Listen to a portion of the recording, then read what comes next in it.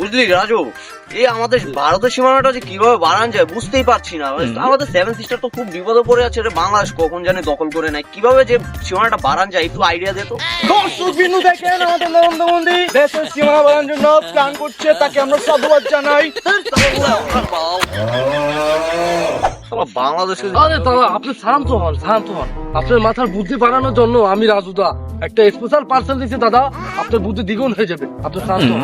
আরে দাদা, স্পেশাল কম্বোটা হলো 3টি পরাটা, 1টি কাঁচা লঙ্কা, 1টি আপেল সাইজের পেঁয়াজ, আর হলো আমাদের স্পেশাল পোশাক, আর হলো গরুর লেদা। আপনি খেলে দাদা আপনার বুদ্ধি দ্বিগুণ হয়ে যাবে, আমাদের স্পেশাল খাবার।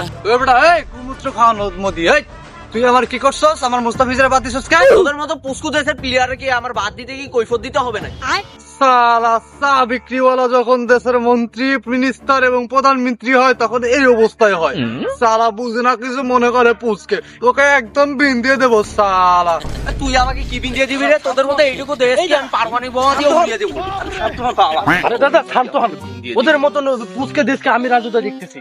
আগে আমি বাংলাদেশকে অনেক ভালোবাসতাম, কিন্তু ওদেরকে এখন থেকে আমি দেখতেই পারি না, ওদেরকে ধ্বংস করে দেবো। তুই কি কইলি? তুই আমার দেশ ধ্বংস করে দিবি? শালা তোর তো 2টা পরোটা, 1টা কাঁচা লঙ্কা আর 1টা আপেল সাইজের পেঁয়াজ না, আর তোর আনলিমিটেড ভাজি, তোর পিছনে 14 ইনকাম করে দিব শালা।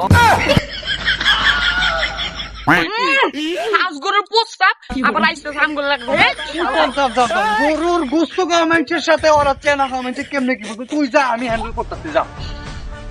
এই শালা, তোদের দেশ তো বেটা আমার শত্রু। তোরা আমার ডার্লিংকে দেশ থেকে বের করে দিয়েছিস, তোদেরকে আমি ভাবো 9 কোটি টাকা কেন দেবো বে?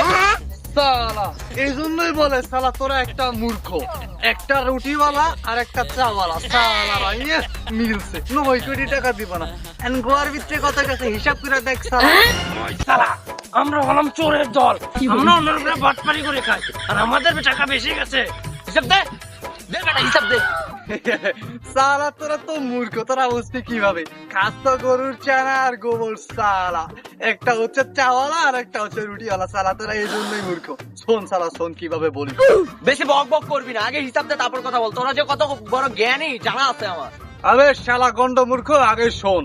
তোদের কাছে তো আর যাবই না, তোদেরকে ইনভাইটও করবো না। এখন বিষয় হচ্ছে, তোরা শালা যেভাবে আমাদেরকে অপমান করলি, আমাদের নিরীহ মুস্তাফিজদের নিয়ে নাটক করলি, শালা ধর্ম ব্যবসায়ী শালা, তোদের জন্য এখন তোদের দেশে কোনো দল খেলতে যাবে না বাংলাদেশ থেকে। আমরা এখন শ্রীলঙ্কায় গিয়ে খেলবো শালা। এখন এই যে তোদের দেশে খেলা হইতো, টিকিট বেচতি শালা, ডিয়ার বিউটিতে শালা, ওইখান থেকে লাইভ সত্য দিয়ে ইনকাম করতি। মিনিমাম 5-10টা ম্যাচ হইতো শালা, 500 কোটি 600 কোটি টাকা ইনকাম করতি, রুপি ইনকাম করতি, 600 কোটি ইনকাম করবি। ওইটা তো এখন শ্রীলঙ্কা নিব, আর তোরা শালা আঙুল চুষ। শালা, এই কথাটা তো আগে চিন্তা করিনি রে। শালা আমও গেল, শালাও গেল। শালা রাজুদা তোর চক্করে পরে আমার সব লস হয়ে গেল। এই তোদের দেশ থেকে আমার প্লেয়ার পাঠা, আমার বিশাল বড় লস হয়ে গেল, পাঠা। শালা তুই তো সেই বুঝলি, কিন্তু কামের কামে বুঝলি না। পেছনে কেরোসিন তেল দিয়ে আগুন জ্বলছে, তারপরে বুঝলি। তুই চাইলাম আমি প্লেয়ার পাঠাবো না,